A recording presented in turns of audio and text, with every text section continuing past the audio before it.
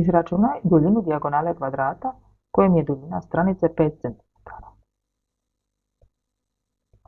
Ako pogledamo kvadrat, njegove stranice su sve iste i trebamo izračunati duljinu dijagonale. Prije nego počnemo računati, treba se prisjetiti formule za dijagonalu kvadrata. Dijagonala kvadrata je jednako a na kvadrat plus a na kvadrat po Pitagorinom poučku. Kada se ovo izračuna, dobijemo formulu da je duljina dijagonale jednako a korijena iz 2. Pa sada jednostavno poznatu formulu uvrstimo zadanu duljinu stranice. U ovom slučaju duljina stranice je 5 cm, pa imamo duljinu dijagonale 5 korijena iz 2 cm.